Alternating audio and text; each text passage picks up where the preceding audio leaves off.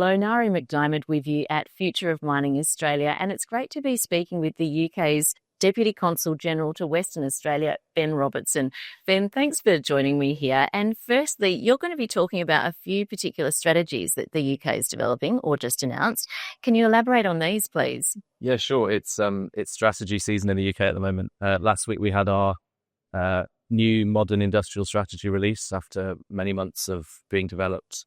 And that is really setting out the government's vision for the next 10 years of where the UK's economic growth is going to come from, what support they're going to provide to those sectors, and also some regulatory and other changes. And I think it acknowledges that currently the world is increasingly being disrupted by trade barriers, changes that can happen month to month or week to week. Governments all over the world are being more interventionist in their own economies to support industries. And the UK's got great fundamentals, but has struggled in recent years with economic growth and productivity.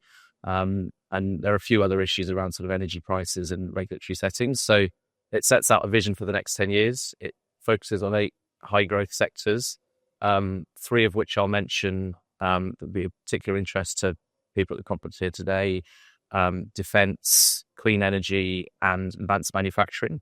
So those will see an increased demand for resources, and particularly for critical minerals in the next few years. So I'm here to talk a bit about that, about the government's vision, remind people that the UK still makes things, because often people think we only make BBC dramas, and actually creative industries are one of the sectors that have been identified, but we also, I think, exported £43 billion worth of cars last year.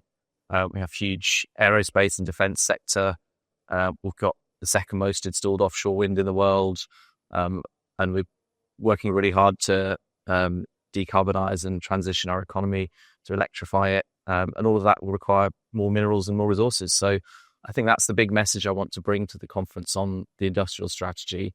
And the other strategy that unfortunately is imminently to be released, but not quite imminent enough for me to be able to say a whole lot about it at this conference, is the UK's new critical mineral strategy, which will be very much tied to the industrial strategy.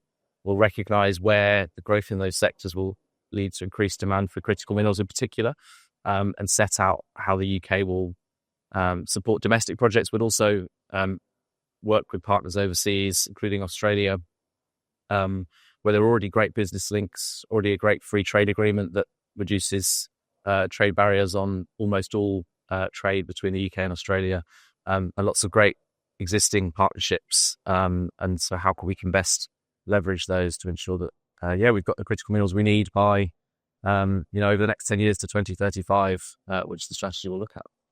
And another area, Ben, which I'm sure would be of interest to many here at Future of Mining, and that's UK export finance opportunities. Yeah. What would you like to convey?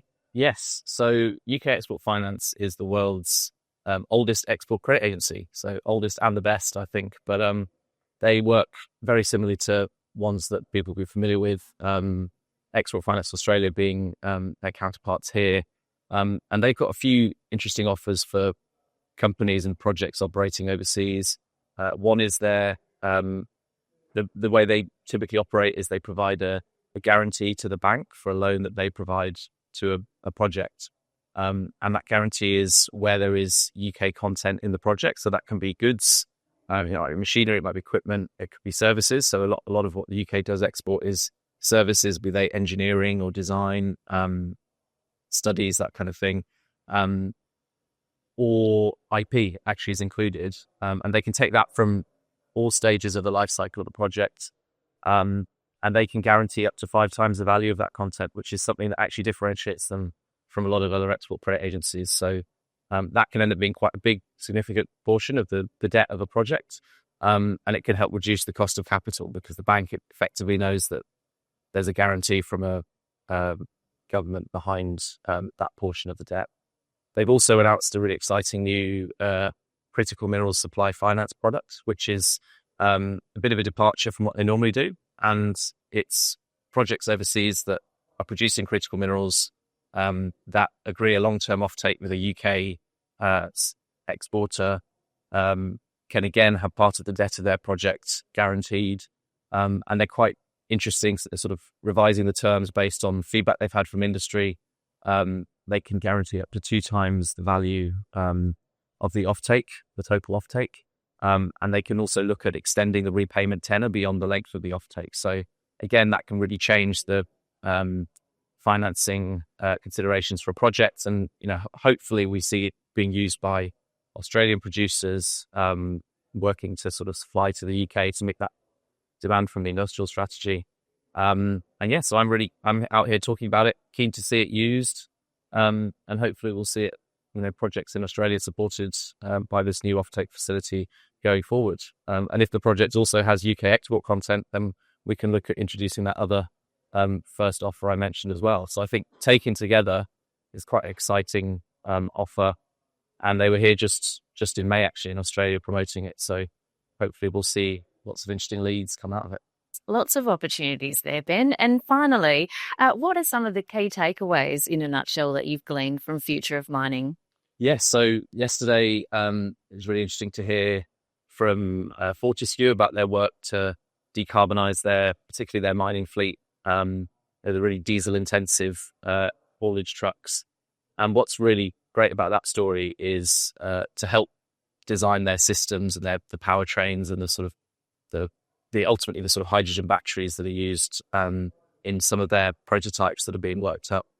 They looked to the UK and they actually bought, as part of the Williams Formula One team, their sort of R&D, Williams Advanced Engineering in 2022. Obviously, that expertise from British engineering in motorsports has been critical to helping them design their trucks that they're hoping will help them completely remove dependency on diesel for their sort of mining fleet, and hopefully then supply to other sectors to help them, other companies to help them decarbonize. I love that example because it's sort of UK expertise and R&D helping to support Australia with the energy transition for the really impressive industries that are out here. And then I think today it's a bit more of a focus on sort of the international dimension. And there was a great panel discussion this morning with a bit of disagreement about the global trading environment and what that means for the resources and particularly the critical minerals sector.